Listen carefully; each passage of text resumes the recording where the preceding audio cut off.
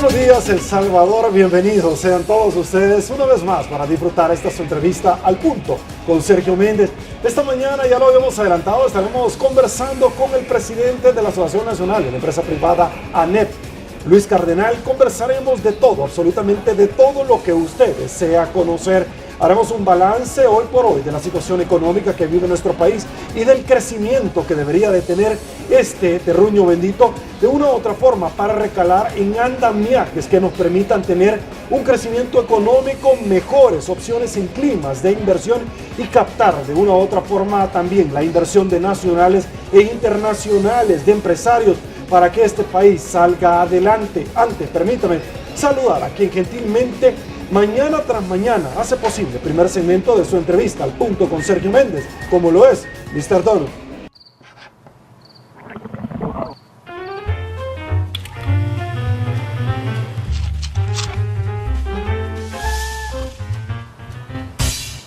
Bienvenido, Mr. Donut. ¿Qué desea ordenar? Dime un café con una dona de chocolate. ¿Algo más? Unos huevos, frijoles, un croissant sándwich y una horchata. Ya no te preocupes por encontrar qué comer. Ahora estamos abiertos a la hora que te dé hambre. Mr. Donut 24 horas, porque el hambre no duerme. Mr. Donut, la gran variedad. Estamos de regreso, mil gracias señores por su preferencia. Estamos conversando con el presidente de la ANEP, Luis Cardenal. Luis, bienvenido. Muy buenos días, gracias por acompañarnos. Buenos días, Sergio, y buenos días a los estimados televidentes. Felicidades por esta nueva aventura periodística. Gracias, tratando Éxitos. de dar, muy amable, gracias Luis. Y por supuesto que vamos a estar tocando, presidente, la puerta para que usted nos acompañe eventualmente y que podamos estar analizando temas de país. De hecho, arrancamos con uno. Me quiero frotar las manos, presidente, y hablar sobre su valoración. Pasaron las elecciones, los comicios electorales de alcaldes y diputados.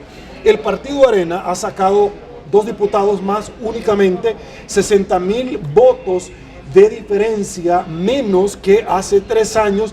El FMLN resulta ser muy cuestionado por sus bases. De hecho, fue castigado con este voto.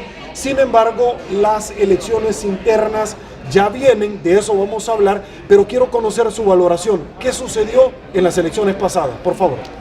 Bueno, yo creo que la primera cosa que quedó de manifiesto es que la población, los ciudadanos han madurado más rápido, han evolucionado más rápido que los partidos políticos. Y eso se refleja en el descontento que la población manifiesta en los partidos políticos, donde ha perdido, digamos, la confianza en que los partidos los representen adecuadamente y sean capaces de presentarles soluciones a los problemas más sentidos. Eso es uno.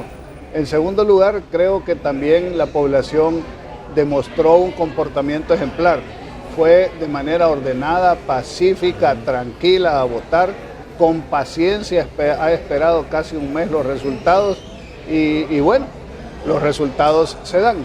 La lectura para los partidos políticos es un poco diferente. En primer lugar, creo que el desplome del FMLN le manda una señal al partido y al gobierno.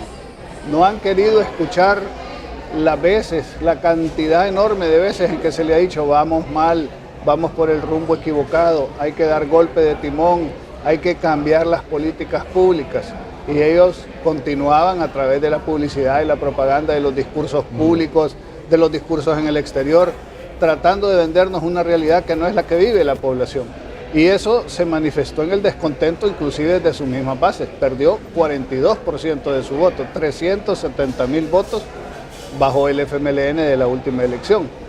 Ahora, si el FMLN no escucha y en lugar de hacer una reflexión profunda de que requiere cambio de política y no cambio de funcionarios, que requiere que analice las posiciones históricas que ha mantenido en el pasado y no necesariamente hacer rueda de caballitos con las personas que están en el gobierno, en mi opinión, que creo que no es lo que más le conviene al país, pero en mi opinión, este pudiera ser el comienzo del fin del FMLN.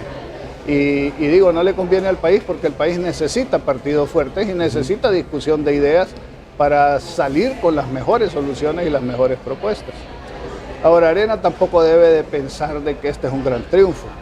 Este es un triunfo circunstancial, en donde quizás se le ha dado al pueblo salvadoreño una segunda y quizás la última oportunidad de decirles, bueno señores, estos no funcionaron, vamos a probar nuevamente de darles a ustedes una mayor cantidad, una mayor cuota de poder.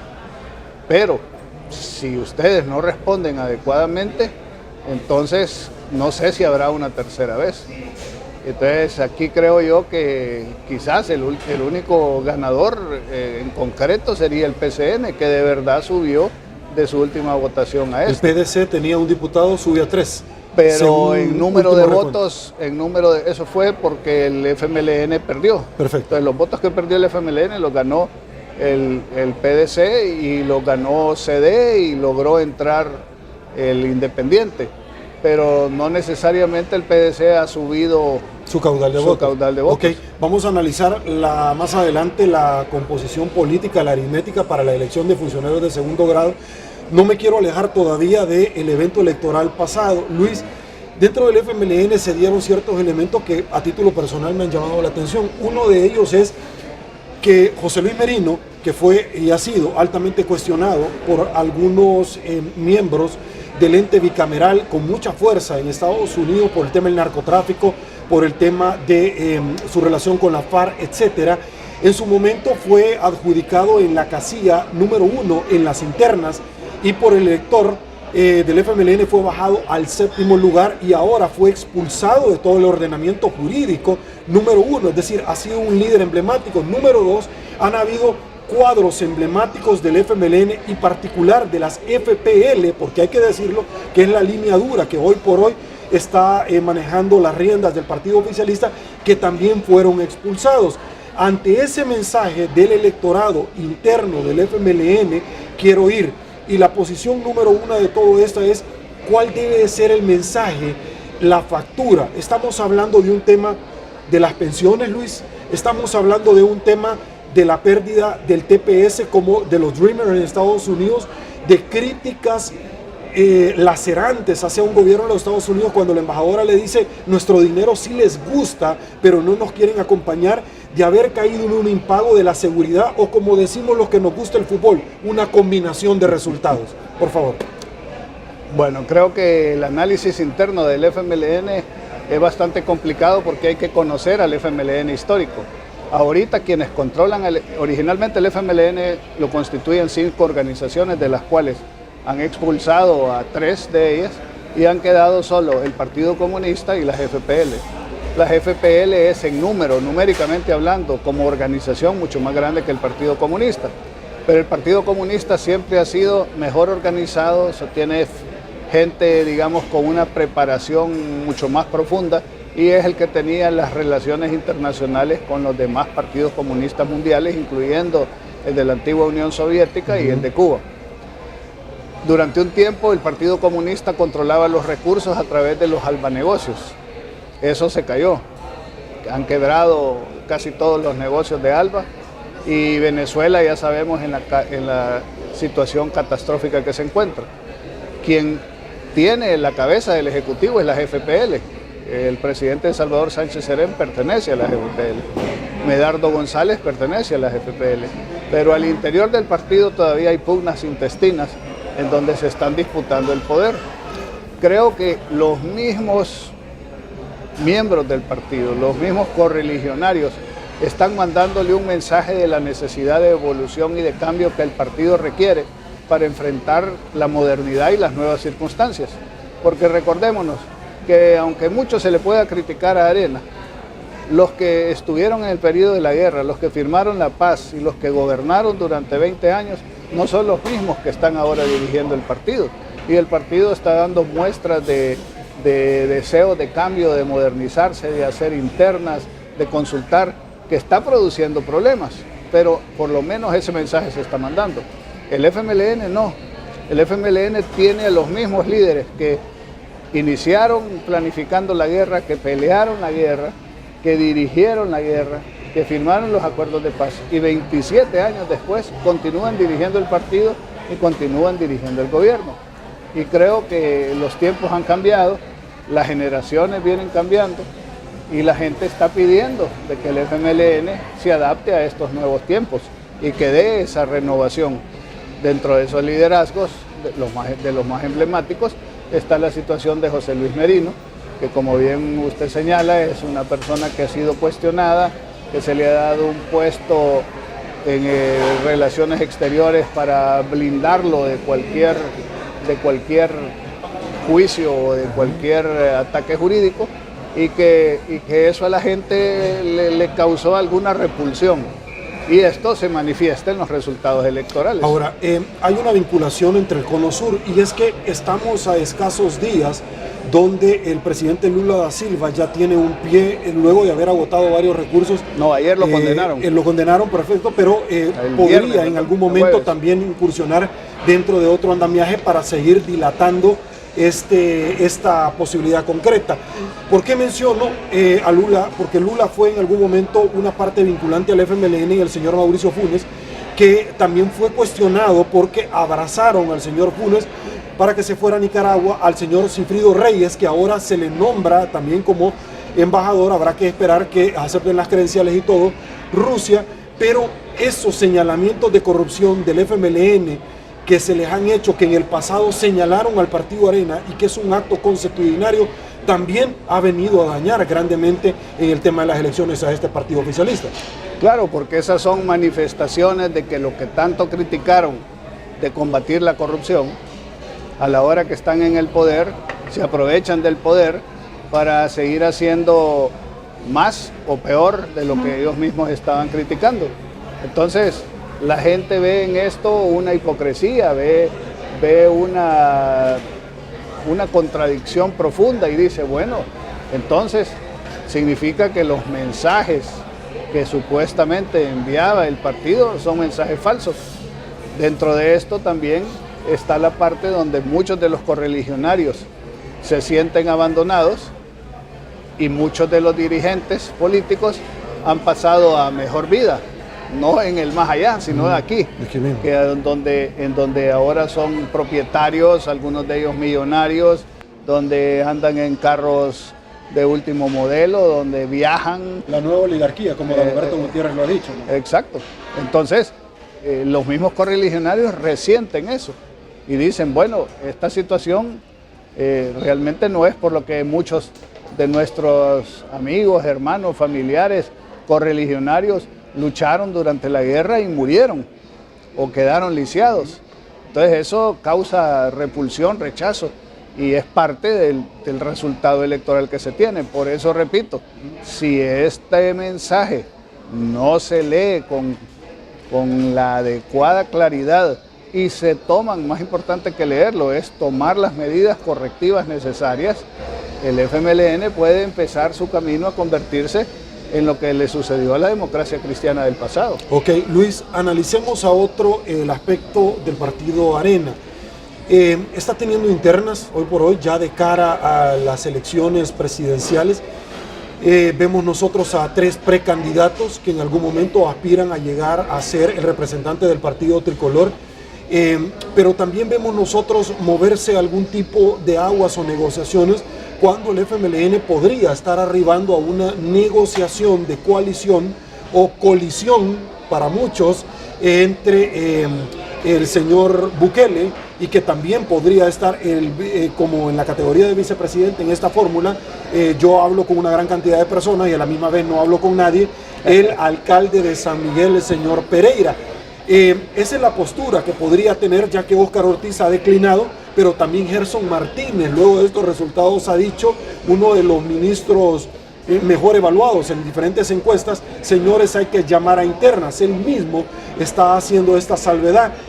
Por otro lado, vemos los partidos pequeños que ya comentan la posibilidad de coaliciones, y el partido Arena no tendría que tener un triunfalismo bajo estas elecciones, por cuanto las elecciones presidenciales son 2 cosas completamente diferentes. ¿Le parece? Obviamente, así es. Repito, no debería ser triunfalista, debería de aceptar estas circunstancias circunstanciales, digo, con humildad, y creo que muchos de sus dirigentes así lo han señalado. Aprender del pasado, corregir y replantearse de cara al futuro. Sí creo que es importante que en los resultados, para que Arena no tuviera, digamos, un bajón más grande del 7% que tuvo, es importante de que la gente, cuál fue el impacto que tuvo las primarias, porque yo creo que las primarias por una parte distrajeron un poco la atención de la plataforma y de las propuestas legislativas y municipales, pero por otro le dieron un aire de renovación a Arena, le dieron un aire de esperanza, porque la gente empezó a ver, bueno, Arena está cambiando y además las propuestas que tiene Arena son propuestas nuevas, son propuestas jóvenes, son propuestas atractivas, las tres que se están presentando, cada quien con sus diferencias y sus estilos. Pero eso creo que ayudó porque dijo, bueno, entonces quizás hay que darles esa otra oportunidad a Arena. Ese es el lado, digamos, bonito de la moneda. El lado, digamos, no tan bonito es el hecho de que siempre que hay una competencia interna, siempre que hay una discusión entre familias, las discusiones son más acaloradas, son más apasionadas. Y eso, a su vez, puede generar el riesgo que, por el bien del país y del partido, Arena, ojalá no se dé, de que haya algún resquebrajamiento en la unidad del partido. Pero creo que hasta el momento la CEN ha estado llevando con mucho profesionalismo e imparcialidad el proceso. Ya lo que está pasando al interior del partido, pues sería necesario hacer un análisis diferente. Ok, se espera que las elecciones al interior del partido Arena se den en transparencia, y le comento esto porque se ha cuestionado y muchos dicen, señores, dentro del FMLN de dedo, dentro de Arena se está manteniendo un ambiente democrático, pero si esto resulta ser como se está señalando, ¿cuál sería la diferencia conceptual para efectos prácticos de las dos elecciones? Bueno, yo creo que la elección en sí, yo no vislumbro mayor problema precisamente por el rol que está desarrollando la institucionalidad del CEN, que se ha comportado, repito, de manera profesional e imparcial. Creo que el problema no va a estar en el momento de que se emita el sufragio, ni creo que va a estar en algún chanchullo a la hora de contar los votos. Creo que los problemas, al menos lo que he escuchado yo, es que autoridades en funciones del partido hayan querido o estén queriendo influenciar a los correligionarios a que voten como ellos quieren y no dejarlos en la completa y plena libertad de que voten por quienes ellos estimen conveniente. Ahora, ¿qué tanta influencia puedan tener los dirigentes que están haciendo eso en la gente? Pues yo creo que tendrá alguna, pero no tanta como se podría creer, porque ya la gente ya despertó. Ahora, el voto es secreto. Y el también, voto es secreto, entonces uno puede decir, como se ha visto en otras elecciones, en el caso de Nicaragua con doña Violeta y los sandinistas, donde los sandinistas presionaron, hicieron toda cantidad de gestiones para obligar a la gente que votara por ellos. Las encuestas les decían un 3-1 que iban a ganar los sandinistas, y después la cosa se volteó, okay. y ganó doña Violeta. Entonces yo creo que aquí, pero quizás para terminar el pensamiento, yo creo que lo que hay que hacer es concentrarse en la parte buena, y la parte buena es que aquí estamos navegando en territorios o en aguas nuevas. Esto no se había dado con anterioridad, y siempre que uno entra por caminos nuevos siempre hay riesgos desconocidos de tropiezos, pero creo que en términos generales esto es bueno. O sea, se está aprendiendo y la siguiente vez tendrá que ser mejor. Se están rompiendo con viejas costumbres, porque el partido Arena era muy verticalista, el partido Arena era presidencialista en el término de que lo que decía el presidente, desde su fundador hasta los que vinieron después, eran órdenes indiscutibles. Ahora esto está cambiando, ya se cuestionan al COENA, se cuestiona al presidente, se cuestionan a las autoridades, ya hay discusiones internas. Y claro, repito, siempre van a haber algunos roces, especialmente al comienzo, pero es un buen comienzo, es un comienzo diferente. Okay. Siempre en esta misma línea, ¿cuál es su valoración del rol del Tribunal Supremo Electoral?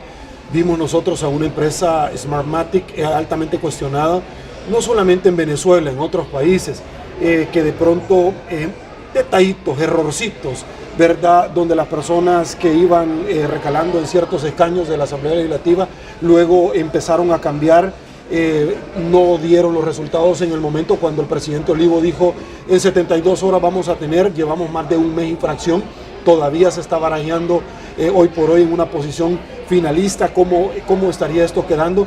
¿Cuál es el rol del Tribunal Supremo Electoral bajo su valoración, teniendo en cuenta que este es el segundo evento electoral, cuando en el primero sucedió lo mismo, pero ellos han arremetido contra la Sala de lo Constitucional, que por el voto cruzado y voto fraccionario, ellos los han metido en problemas? ¿Su opinión?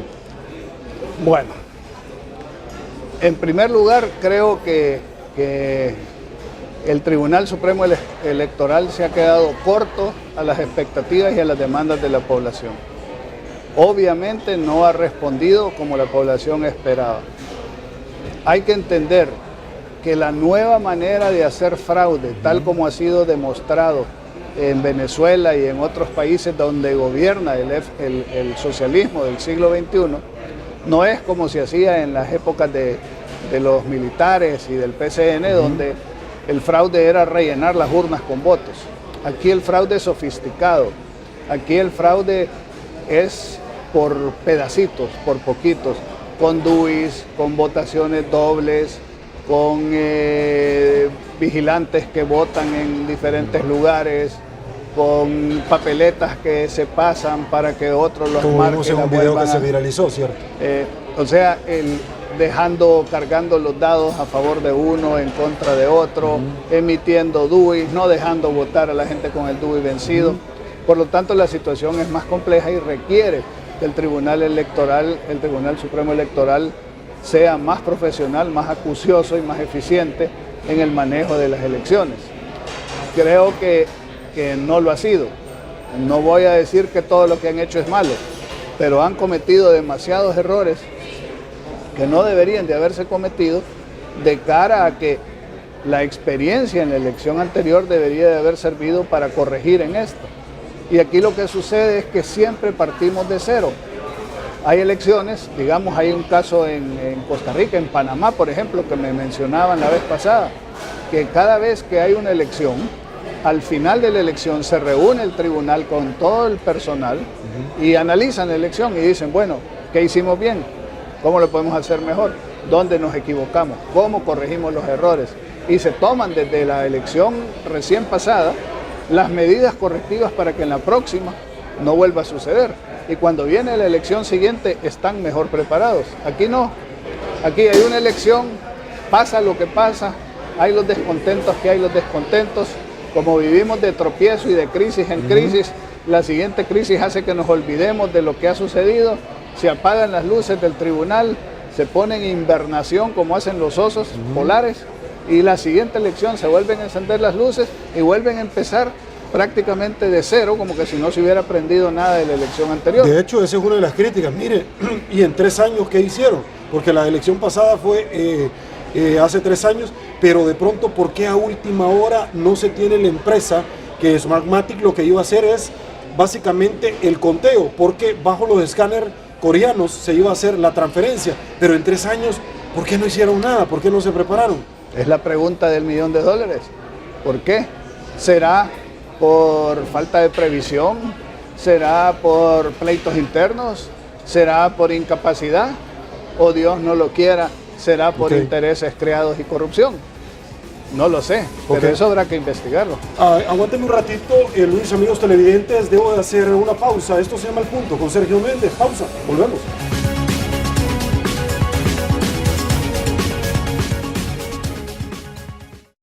Esta es la razón por la que dejamos todo, sin importarte dónde vengas o dónde estés. Lo que importa es que estés. Porque cuando tu equipo juega, nada más importa.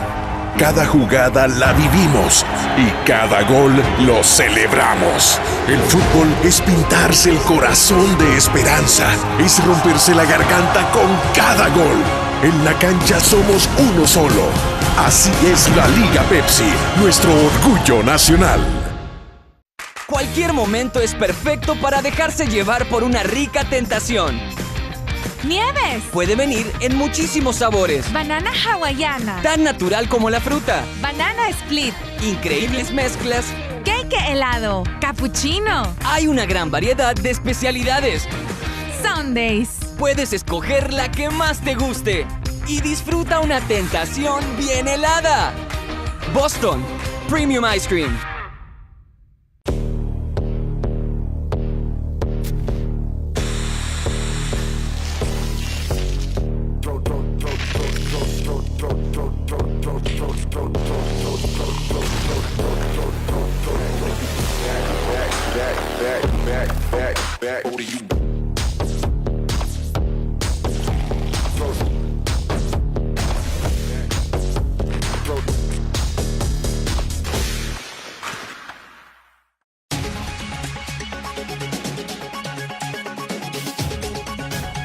Estamos de regreso, mil gracias El Salvador por su preferencia. Nosotros seguimos conversando con el señor Luis Cardenal, presidente de la ANEP. Quiero plantearle, Luis, y a ustedes amigos televidentes, el tradicional collage de noticias de los hechos más emblemáticos acaecidos en los últimos días como punto de partida en este segundo segmento. Producción, acompáñeme. Dice así, arrancamos. Embajadora de los Estados Unidos en nuestro país, la reelección del fiscal es algo mejor que hay que dejar lo que está funcionando hoy por hoy en nuestro país. Nuevo presidente de ANDA promete llevar ante Fiscalía irregularidades de administraciones anteriores. Vamos a ver si estas administraciones son parte del partido del FMLN y si las termina llevando. Diputado Raúl Beltrán Bonilla ha dicho que algunos diputados beben licor durante las plenarias. Mire qué interesante. Va a ser bonito la crítica, señores, que se pueda dar. Las golondrinas de Bukele emprenden el vuelo con la inscripción de partido Nuevas Ideas. Cambia el panorama en Comures tras la elección de alcaldes en los pasados comicios electorales. Monge, la política fiscal debe debatirse entre los precandidatos del partido Arena. Completamente de acuerdo. El tema es si quieren llegar y si los dejan a debatir. La embajadora de los Estados Unidos, Names, si un país no ataca la corrupción, no puede crecer en todos los sentidos. Con esta última me quedo. Luis Cardenal, una de las cosas que fueron altamente criticadas al gobierno es que al mejor estilo de Hollywood, como Rápido y Furioso, creó 60 organizaciones para tener representatividad y poder de una u otra forma ingresar dentro del aumento del salario mínimo. Esto, pese a que trajo elementos positivos, hizo que el elemento inflacionario en nuestro país se alzara y que de una u otra forma el impacto fuera económicamente negativo para muchas familias salvadoreñas. Esto se preveía como algo inconsulto, pero de hecho, ustedes, si me equivoco me corrigen, ya habían arribado a un acuerdo de un aumento, pero esto iba a ser, para no tener este impacto negativo, iba a ser dosificado. El tema es que se articulan organizaciones que para nosotros los abogados, yo lo he dicho, no se tarda menos de 1 año y medio o 2 años, pero esto se hizo en menos de 17 días. Lo mismo que se ha articulado anteriormente para la CIGET, que ya voy a abordar ese tema. Esto tuvo que ver en las pasadas elecciones para el partido FMLN, Luis. Yo creo que sí, pero como es algo un poco más complicado y sofisticado de entender, quizás para mucha gente no fue lo que más pesó, llamémoslo así. Pero aquí se habla, por ejemplo, mucho de la polarización, y la gente cree que la polarización es la causa, que es la causa de que aquí la situación está como está. Pero no, la polarización es el efecto. ¿Cuál es la causa? Bueno, ese choque que hay de dos visiones tan diferentes de ver el país y de cuáles son las soluciones o lo que el país necesita. Dentro de eso está una. Yo he dicho, bueno, unos creen en la economía centralmente planificada, nosotros creemos en la economía de mercado con sus diferentes variantes, pero ellos creen en la concentración absoluta del poder. Y dentro de ese proyecto, y nosotros creemos que debe haber balance de poderes, que debe haber control, que el poder absoluto, que el poder corrompe y el poder absoluto corrompe absolutamente. En ese sentido, es que ellos hacen todo este tipo de movidas sucias, ilegales, para tomarse las instituciones. Ellos vieron, por ejemplo, en el Consejo de Salario Mínimo, que nosotros habíamos logrado, a pesar de diferencias de intereses y diferencias históricas, habíamos logrado un entendimiento con el sector laboral. Pero ellos no lo querían, ellos querían imponer su decisión en el salario del sector privado, donde ellos no tienen más nada que ver que servir de mediadores y facilitadores.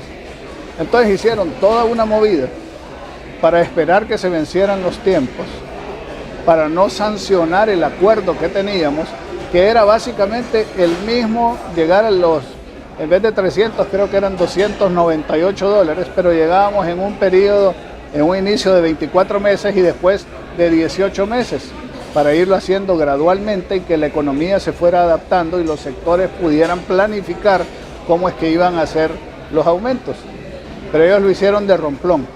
No con una visión técnica, que es importante que predomine, sino con una visión político-populista electoral. Ellos dijeron, este es un tema en el que nosotros le vamos a sacar raja. Y si se fijan, durante la campaña era algo que mencionaban constantemente como una gran cosa.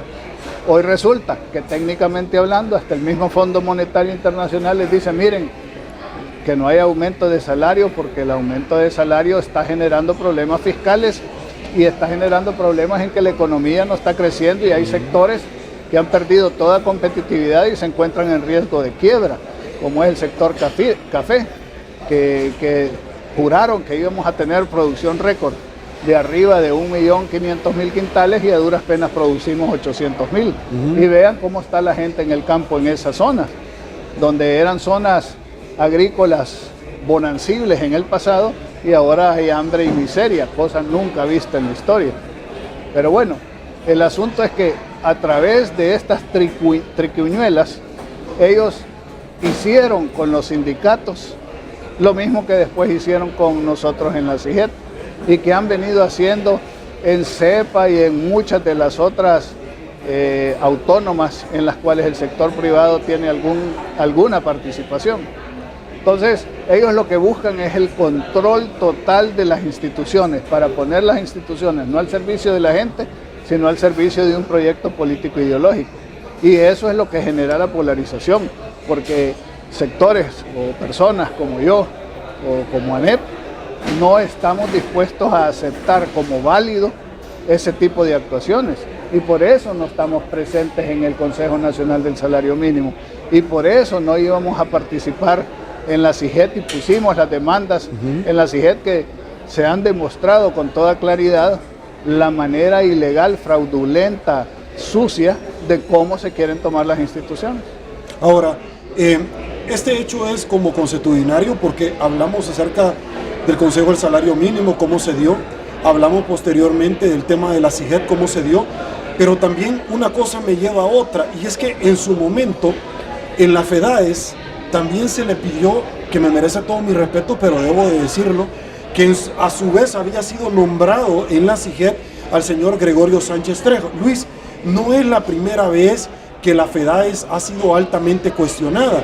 En el pasado, usted recordará que a su misma vez era diputada transfuga del departamento de Santa Ana, Claudia, que estaba en otro movimiento, que a la misma vez era presidenta de la FEDAES, que a su misma vez iba a tener incidencia en la elección de magistrados, y de pronto él es ya con la misión y suspensión del acto reclamado, él decide, el presidente Gregorio Sánchez Trejo de esta institución, dedicarse únicamente a esto. La FEDAES ha sido criticada, y quiero ya hacer la transición para la elección de magistrados de la Corte Suprema de Justicia, porque muchos prevén que no se va a dar ahorita porque esta misma sala puede descalificarlos de tajo, pero ahí hay un montón de gente, Luis, que insisten en quererle ver no la cara a la sala, a todos nosotros que fueron diputados y que siguen corriendo, que fueron ya removidos por sentencias firmes y definitivas y que siguen corriendo, gente vinculada al partido FMLN en algún tipo de cargo, pero que insisten en que siguen corriendo. ¿Cuál es su posición sobre esto? Porque la FEDAES de oficio tendría que descartarlo, al igual que el Consejo Nacional de la Judicatura. Esto lo que viene a hacer es a reforzar, a reconfirmar lo que acabo de decir hace un momento, la ambición de tomarse todas las instituciones. La izquierda y el FMLN en particular ha sido exitoso en todas sus estrategias conspirativas, en trabajar desde abajo para de repente cuando uno se dé cuenta ya esta institución o este puesto ha sido tomado por ellos o por personas que son leales a ellos o a sus objetivos políticos e ideológicos. Esto lo han venido haciendo ya desde hace mucho rato.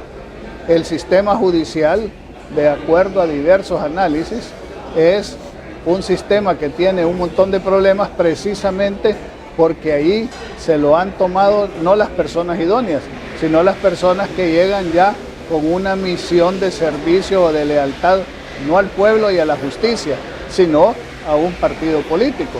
Entonces, en la FEDAES, y esta es una labor que le corresponde al gremio de abogados, que en un país como el nuestro, que hayan 36.000 abogados, me parece demasiado. Pero que solo lleguen a votar nada más como 700 aproximadamente. Bueno, llegaron a votar más. creo que 4.000 o 5.000 en esta ocasión. La vez anterior habían votado 2.000, pero es bien poquito los que votan. Entonces todavía la manipulación es más grande. Y cuando uno le pregunta a los abogados por qué no votan, dicen, ¿y para qué vamos a ir a votar? Si ahí ya todo está arreglado, si ya los candidatos que están poniendo no merecen nuestro voto ni nuestra confianza, con el respeto a muchos buenos que puedan estar ahí, ¿verdad? Pero esa es la percepción que tiene mucha gente.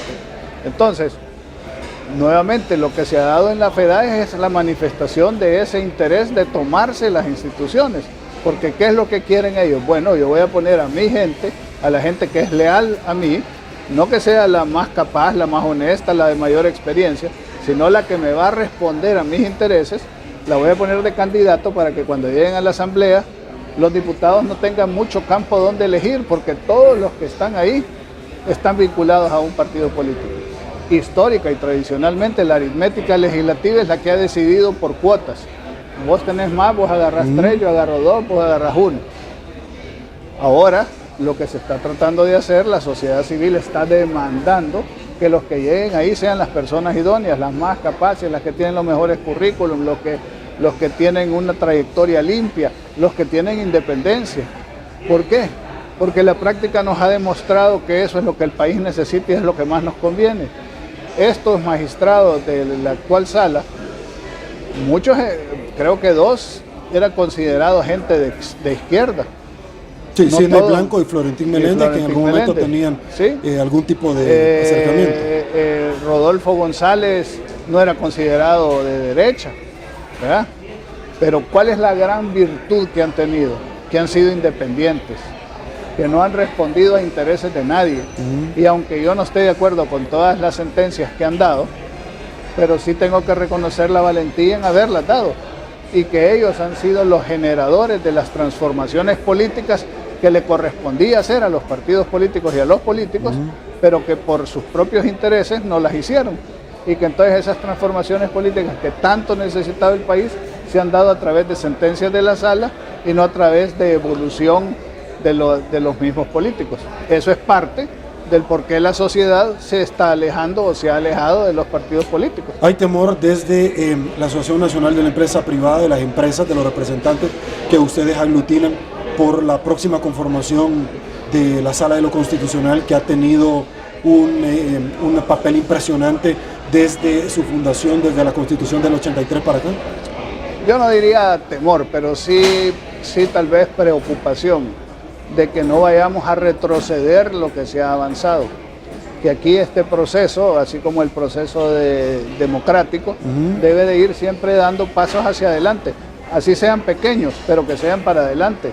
Y sería triste que diéramos unos pasos para adelante y después viniéramos a dar 3 para atrás. Una de las trascendencias que ha tenido esta sala es en presionar en junta, en corte plena, para que se investiguen casos en el departamento de probidad que estaba diezmado en el pasado, pero también hemos visto, porque conversé con Rodolfo González en esta misma, en una entrevista la semana pasada, y él me decía, sí se han detenido los casos en la investigación como habíamos venido, y en efecto eso es cierto.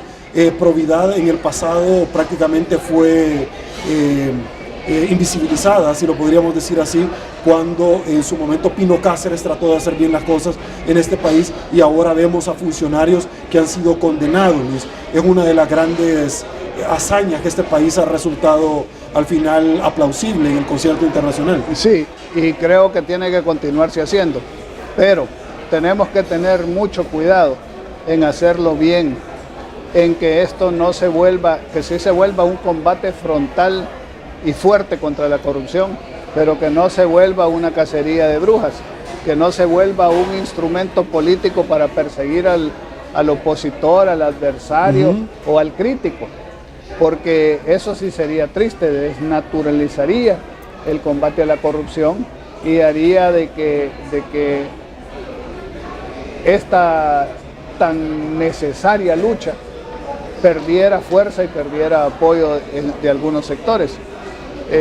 Hemos visto, por ejemplo, que aquí ahora con la libertad de expresión que tenemos, que es buena, que es deseable, a veces se cae en la tentación o en el error del libertinaje, porque las redes sociales han servido para muchas cosas buenas, pero también estamos viendo cómo en las redes sociales cualquier hijo de vecino se inventa cualquier cosa que daña el prestigio, la reputación de gente decente y no tiene ninguna consecuencia. Luis, pero los diputados no quieren regular esto y se señala troll center, pero parecería que todos tienen troll center. Este es un tema que si ellos lo quisieran regular ya hubieran sacado una legislación, Luis. Cualquiera puede venir y arremeter contra Luis Cardenal y todos los miembros de la familia de Luis Cardenal. ¿A cuenta de qué? Entonces pareciera que todavía los diputados no quieren hacer nada porque ellos también tienen su troll center. Puede ser, y ojalá eso saliera a la luz pública y pudiera ser descubierto. Pero creo que también hay otro componente y es el hecho de que muchos diputados, y yo me incluyo dentro de esos, no tenemos dominio de cómo funciona la tecnología, no entendemos bien cómo funciona la tecnología y entonces al no entender no sabemos cómo agarrarla y pudiera existir el riesgo, como se ha dado en algunos países, donde se hacen propuestas que por querer alumbrar al santo resultan quemándolo, ¿verdad? Porque quieren poner regulaciones que después empiezan a limitar la libertad de expresión y el acceso amplio que se debe de tener al internet, por ejemplo. Perfecto, de un tema me voy a otro porque estamos hablando del troll center, me voy a otro tema. Se viene la elección del fiscal general de la República, él busca la reelección. Muchos aplauden la posición de él, empezando por la embajadora de los Estados Unidos en nuestro país, donde dicen, mire, si algo está funcionando, ¿para qué lo vamos a quitar? ¿Cuál es su valoración del trabajo del fiscal general de la República? Primero, como funcionario, y segundo, el actual fiscal general de la República, que en alguna medida ha tocado casos emblemáticos en nuestro país. Luis. Creo que en términos generales ha sido un cambio positivo y ha hecho una buena labor. Sin embargo, tenemos que decir también con la misma propiedad y con el deseo de hacer crítica constructiva de que necesita mejorar en algunos aspectos de manera importante y sustancial. Por ejemplo, muchos de los casos emblemáticos que se han llevado a los juzgados han resultado que los acusados resultan libres y dicen que porque la Fiscalía no ha presentado adecuadamente los casos o no se ha preparado adecuadamente los casos. Si eso es cierto, entonces creo que hay bastante espacio que mejorar en la Fiscalía para corregir. En segundo lugar, han habido algunos otros casos que deberían de haber sido enjuiciados y que, por ejemplo, aquí estamos esperando nosotros qué es lo que está sucediendo con ellos. El caso quizás más emblemático es el caso del señor expresidente Funes, que está exilado en Nicaragua, y si no, el que no las debe no las teme. ¿Qué está haciendo allá? ¿Por qué se fue exilado? Dijo que porque temía por su vida y por persecución política, pero si es un mismo gobierno el que continúa gobernando, y fue el mismo gobierno que dice que el único que lo podría perseguir, el que le pidió al gobierno de Nicaragua que lo aceptara como asilado político. Entonces, eso no hace ningún sentido, no tiene ningún sentido. Por lo tanto, ahí uno se pregunta, ¿qué ha pasado con ese caso? Hubieron allanamientos hace más de un año, han habido señalamientos claros, han habido videos, han habido declaraciones, y el caso no prospera. igual podríamos decir del Chaparral, del caso Cel, de otros casos en donde han habido corrupción por parte de actuales funcionarios del gobierno y que nunca han sido enjuiciados. Entonces, para concluir, en términos generales, nosotros confiamos y le damos el beneficio de la duda a este fiscal. Lo apoyamos en sus gestiones que vayan para que exista un ordenamiento jurídico y justicia y que haga bien su trabajo, porque se ha demostrado que la Fiscalía tiene un rol fundamental e importantísimo en la vida nacional. Pero también le pedimos que las cosas que se tienen que mejorar se mejoren y que envíe las señales que la población está esperando de que es imparcial, que no solo va a perseguir a los de un lado y va a dejar que los del otro lado se rían de la justicia. Ok. Luis, amigos televidentes, aguanten un ratito, vamos a otra pausa. Esto es Al Punto con Sergio Méndez. Volvemos.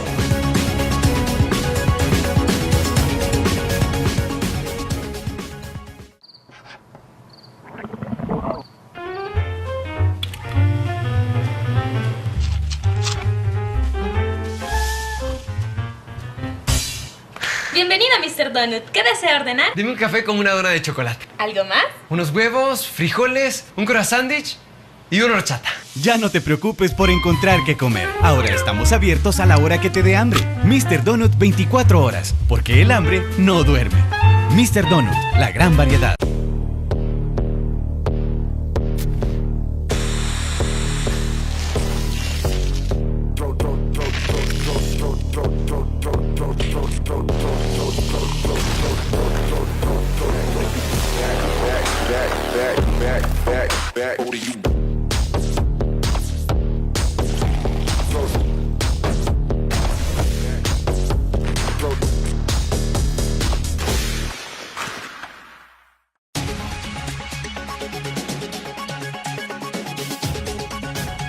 Estamos de regreso, mil gracias El Salvador por su preferencia.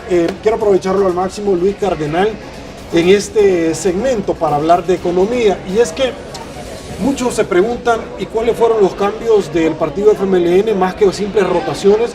Muchos sarcásticamente hablan de la rotación cuando uno lleva el carro al mecánico para rotar llantas únicamente.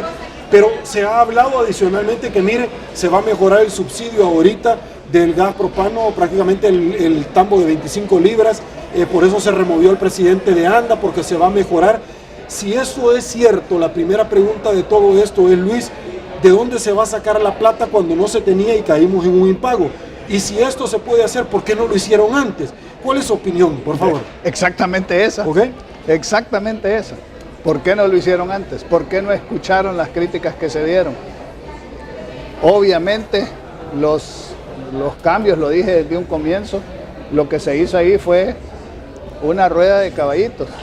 Se cambiaron a la misma gente. Y a quienes se quitaron son a la gente que no es del partido. Porque Marco Fortín entiendo que era de los amigos de Mauricio, que después se hicieron de los amigos del profesor Sánchez Serén, y es al que fue removido. ¿Qué otro cambio hay? De economía, remueven al ingeniero Tarsis Salomón y lo pasan a un puesto de atracción de inversión. De inversión, correcto. ¿Verdad? ¿Quién sube? Luz Estrella. ¿Qué cambio hay ahí? Si es uno de sus cuadros, ¿verdad? Si ya estaba ahí. Exalcaldesa de Apopan. Exalcaldesa del frente ya estaba ahí, lo único que hacen es subirla. El ministro de Hacienda se va con una posición en el servicio y el exterior. Que queda es una persona técnica a quien yo aprecio, le Fuentes, hemos dado yo también le he dicho, claro. Le hemos dado el beneficio de la duda, claro. Ha tenido muy buenas presentaciones, esperamos reunirnos con él en muy corto plazo, pero era, digamos, la mano derecha técnica de Carlos Cáceres. Ellos se dieron cuenta que la parte fiscal, el aumento de los impuestos, la subida de 23 o creación de 23 y subida de 23 nuevos impuestos ha golpeado la economía, el bolsillo de los salvadoreños, y que la gente no ha visto que ese incremento en los impuestos se haya reflejado en un mejor servicio que recibe la población, y que por lo tanto eso en este último año no lo van a tocar. Entonces han dejado al técnico que resuelva este gran entuerto que ha quedado ahí y que de alguna manera detenga la peña, ¿verdad? para mientras vienen las próximas elecciones. Las propuestas que hace, porque veamos, entonces pasa Tarsis Salomón a ser el encargado de la inversión. Bueno, ya estaba el vicepresidente Ortiz en esa labor. Ya estaba Sigfrido Reyes en Proesa en esa labor. Y además se había creado para esa posición al viceministro de Atracción de Inversión en Relaciones Exteriores, que es el señor Merino. Entonces, ¿qué pasó ahí? No mucho, no es un cambio sustancial que va a sacudir los cimientos de lo que se está haciendo. El vicepresidente Ortiz ya era el encargado de la gobernabilidad, ya era el encargado de la seguridad, ya era el encargado de la inversión, ya era el encargado del diálogo. Entonces ahora lo quitan de ahí y lo pasan a ser secretario técnico. Y el secretario técnico que es una de las personas, creo yo, más lúcidas que tiene el frente, pues lo quitan de aquí y lo pasan a secretario de comunicaciones. ¿Dónde estaba Eugenio Chicas? Y a Eugenio Chicas. Al Parlacen. No, pero además es secretario de comunicaciones de Casa Presidencial. O sea que pasó de comunicaciones del gobierno a encargado de comunicaciones de Capres. Entonces, ¿qué cambio importante hay? ¿Qué cambio de rumbo hay? Por eso decía al comienzo, la población lo que ha pedido es cambio de rumbo, cambio de políticas públicas, no rotación de funcionarios. La rotación de funcionarios, tal como ha sido dada, no manda la señal que entendieron el mensaje, que lo que hay que cambiar son las políticas públicas que no funcionan. Ok. Ahora, eso por un tema. Por el otro lado, la situación económica de nuestro país. El próximo presidente electo en este país, Luis, en menos de 2 meses tendrá que afrontar nuevamente la posibilidad de un pago millonario, porque podríamos estar arribando a un segundo impago, pero a los 2 meses se acaba el periodo de gracia, digámoslo así, que el Ejecutivo lo manejó luego del cese del TPS, como que lo habían renovado. Muchos sarcásticamente, y hay que decirlo, hablaban como cuando se ponía aquella paradoja de que no es que voy a pasar a bachillerato, no es que dejé el grado, es que me dieron un año más de periodo de gracia para poder arribar. Vienen 2 situaciones complicadísimas para el que resulte ser el próximo presidente de este país, Luis. Sí, y por eso se requiere que empecemos a trabajar desde ya, no desde que llegue el próximo, esperar a que llegue el próximo presidente. Como ahorita no se sabe quién va a ser el que va a llegar y todo el mundo tiene esperanzas de que va a ser alguien de su partido, este es un buen momento para, con la nueva conformación de la Asamblea Legislativa, se pacte desde ya cómo vamos a enfrentar este problema que ya lo tenemos encima, pero hacerlo con suficiente tiempo. Y creo que en el caso particular de los $800 millones que se vencen y que no tenemos manera de pagarlos, lo que vamos a tener que hacer es buscar cómo renegociarlos, pero renegociarlos de una manera que sea favorable a nuestros intereses. ¿Y cómo deberíamos de trabajar eso? Bueno, tratando de mejorar la calificación de riesgo país. Porque al mejorar la calificación de riesgo país podemos colocar con más facilidad y a menor costo esos $800 millones. Fijémonos una cosa importante, porque creo que esta es una señal que no hay que dejar pasar desapercibida. Con solo el resultado de la nueva conformación de la Asamblea Legislativa, la evaluación de riesgo país mejoró. Con solo eso. ¿Por qué? Porque la gente dice, bueno, ahora que el FMLN no tiene el poder de veto, hay certidumbre, ¿verdad? Hay un poquito de más esperanza, no certidumbre todavía, pero un poquito de más esperanza que vamos a lograr tener mejor gobernabilidad y lograr más fácilmente los acuerdos que se necesitan para sacar al país adelante. Luis, la semana pasada, que de hecho le dejó saludos el doctor Miguel Fortín Magaña acá, tuvo palabras muy cariñosas hacia su persona, luego la pasada Semana Santa. Lo escuchó, ¿verdad? Lo escuché. Gran persona, gran amigo, le tengo mucho aprecio, pero bueno, él es psiquiatra, ¿verdad? Pero sí. yo soy básicamente el que funge las funciones de ser su psiquiatra. ¿Ah, sí? Sí, de mantenerlo a raya, porque a veces se pela, así como dispara. El doctor Merengue, ¿verdad? El doctor Merengue, esa es parte de su... parte de su problema. Yo trato de no meterme con él porque al final puedo terminar más loco. Luis, sí, conversábamos con él precisamente. Yo creo que sí, dice que va a escribir un libro, pero le digo yo, en el libro yo voy a escribir el prólogo, y ahí te voy a incluir a vos. Ok. Bueno, esperemos que el libro le ayude y no termine dañando a otros. No, ojalá que conversando con él sobre este tema, yo quiero preguntárselo de la economía. Me decía, va a haber necesidad, indistintamente si Arena gana o gana el FMLN, de aumentarle a los impuestos. Luis, ¿usted estaría de acuerdo en aumentarle 2 puntos al IVA? ¿Usted estaría de acuerdo porque ya el tema nuevamente fiscal, particularmente de las pensiones, ya se va a tener que abordar? Esa no fue la panacea, no se hizo lo que realmente se debía hacer. ¿Usted estaría de acuerdo en una mayor aportación o aumento de la edad de retiro? Los dos van de la mano en tema económico, por favor. Bueno, yo diría que antes de pensar en subir ningún nuevo impuesto, debemos de empezar a ser más creativos y hacer un análisis si el dinero que tenemos está siendo utilizado de manera eficiente y de manera inteligente. Me da la impresión que con el aumento que ha tenido el número de empleados públicos, que se han subido 45,000 empleados públicos, ahí hay mucha grasa que se puede cortar.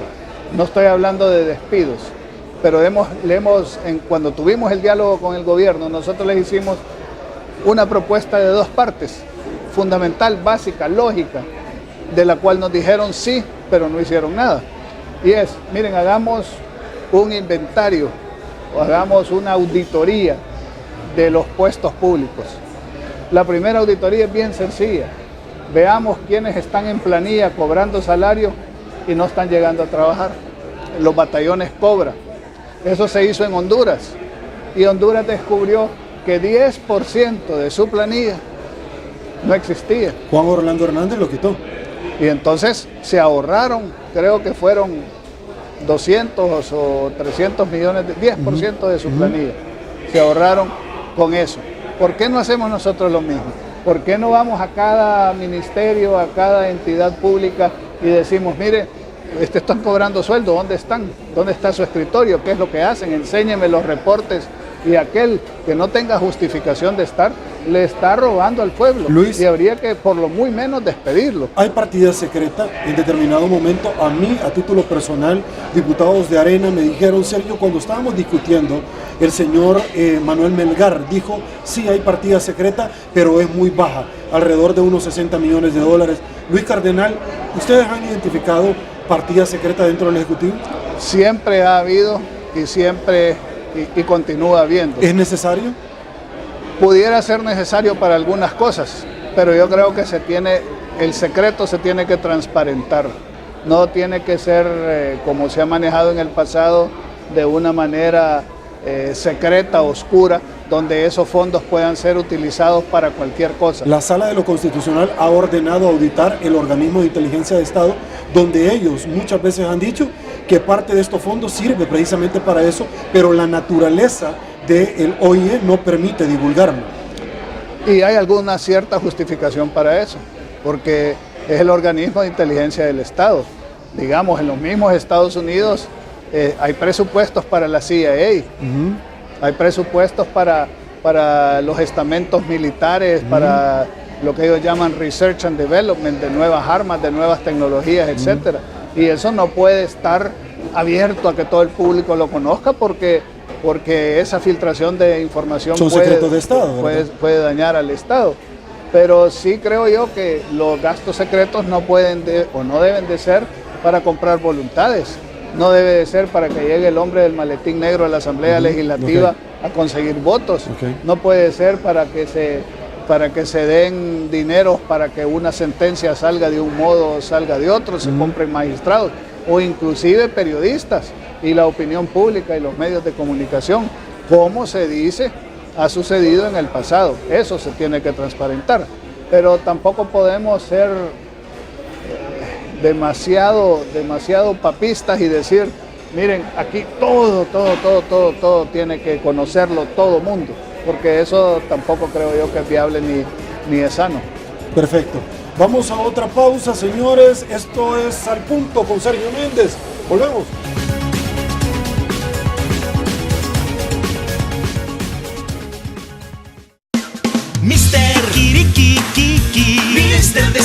desayunos.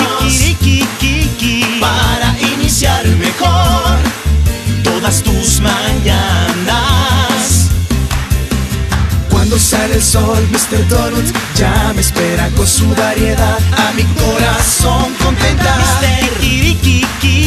Mr. Desayunos. Mr. Donut, la gran variedad. Esta es la razón por la que dejamos todo.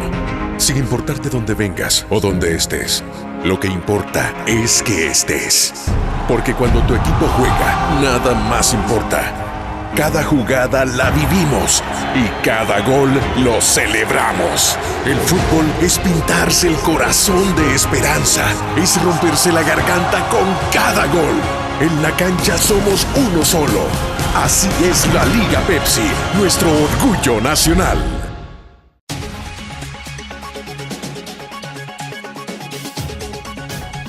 Estamos de regreso, mil gracias El Salvador por su preferencia. Llegamos al final de esta entrevista. No me resta más que agradecerles a todos ustedes y al presidente de la Asociación Nacional de la Empresa Privada, ANEP, Luis Cardenal, por habernos acompañado. Luis, muchas gracias, muchísimas Sergio. gracias por haber venido a esta tu casa. No, muchísimas gracias y los mejores deseos de éxito para este programa. Así y vamos, para ti.